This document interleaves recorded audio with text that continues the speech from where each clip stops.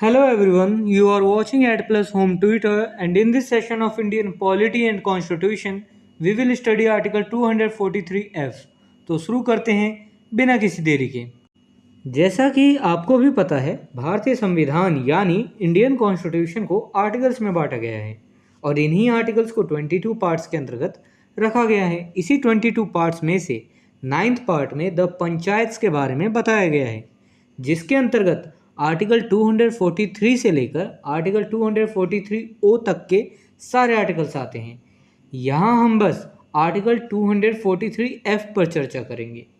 यहाँ मैं पहले कंटेंट को इंग्लिश में रीड करूँगा, फिर उसकी मीनिंग आपको हिंदी में समझाऊँगा ताकि आपको कंसेप्ट ज़्यादा से ज़्यादा समझ आ सके। Article 243 F talk about disqualifications for membership. Article 243 F में पंचायत के सदस्यों के लिए डिस्क्वालिफिकेशंस के बारे में चर्चा की गई है।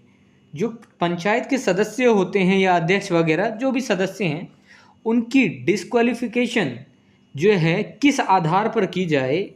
तो यही चीज़ को इसमें डिस्कस किया गया है। Article 243 F clause first, a person shall be disqualified for being chosen as and for being a member of a panchayat. कोई व्यक्ति पंचायत का सदस्य चुने जाने और सदस्य होने के लिए डिस्क्वालिफाइड होगा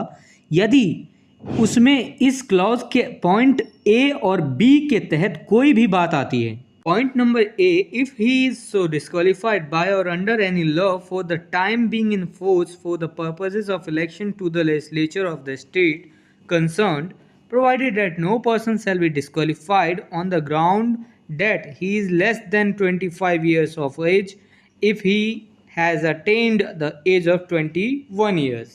कोई व्यक्ति पंचायत का सदस्य चुने जाने और सदस्य होने के लिए डिस्क्वालिफाइड होगा यदि वह संबंधित स्टेट के लेजिस्लेचर के इलेक्शन के पर्पस के लिए तत्समय यानी उस समय लागू किसी कानून द्वारा या उसके अधीन इस प्रकार डिस्क्वालिफाइड कर दिया जाता है,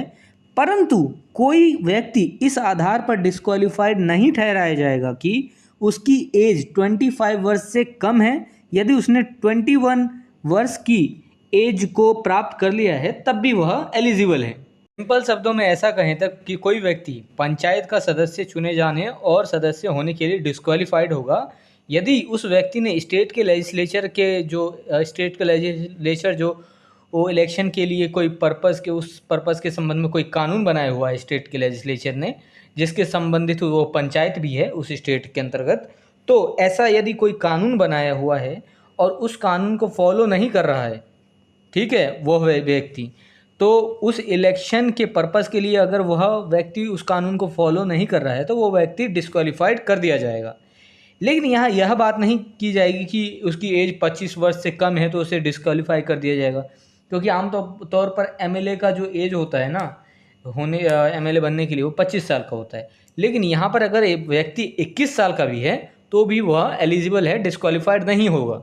point number B, if he is so disqualified by or under any law made by the legislature of the state. कोई व्यक्ति पंचायत का सदस्य चुने जाने और सदस्य होने के लिए डिस्क्वालीफाइड होगा यदि वह स्टेट लेजिस्लेचर द्वारा बनाए गए किसी कानून के तहत या उसके द्वारा डिस्क्वालिफाइड घोषित कर दिया जाता है। Article 243 F clause second, if any question arises as to whether a member of a panchayat has become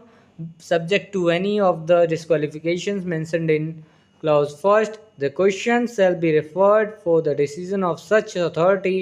and in such manner as the legislature of a state may by law provide. यदि यह प्रश्न उठता है कि पंचायत का कोई सदस्य clause first में बताए गए किसी डिस्क्वालिफिकेशन से ग्रस्त हो गया है या नहीं, तो वह प्रश्न ऐसे अथॉरिटी के निर्णय के लिए और इस तरीके से भेजा जाएगा जैसा स्टेट लेजिस्लेचर कानून द्वारा उपबंधित करे या प्रोविजन करे। देखिए, अगर ऐसा प्रश्न उठता है जिसके बारे में जो है कंफर्म नहीं किया जा सकता कि इस व्यक्ति को डिस्क्वालिफिकेशन के लिए ये एलिजिबल है या नहीं, इसे डिस्क्वालीफाई किया जाना चाहिए या नहीं, तो ऐसे प्रश्न का उत्तर जानने के लिए एक डिसीजन पर पहुंचने के लिए जो है स्टेट लेजिस्लेचर एक अथॉरिटी के निर्णय के लिए और इस तरीके से भेजा जाएगा, ऐसे मैनर से भेजा जाएगा जो स्टेट लेजिस्लेचर कानून द्वारा उपबंधित कर सकता है। स्टेट लेजिस्लेचर ऐसे अथॉरिटी को निर्णय के लिए भेज सकता है, और अथॉरिटी भी स्टेट लेजिस्लेचर ने डिसाइड किया। अब वो अथॉरिटी निर्णय लेगी कि हाँ भैया ये व्यक्ति को डिस्क्वालिफिकेशन के करना चाहिए या नहीं, या इसे मेंबर रहने देना चाहिए पंचायत का। If this video is helpful for you, then please like and share this video, and if you want see some more these type of videos, then subscribe the channel and click the bell icon and select the all option for upcoming videos. And I hope you have a great experience by watching the Ad Plus Home Tutor.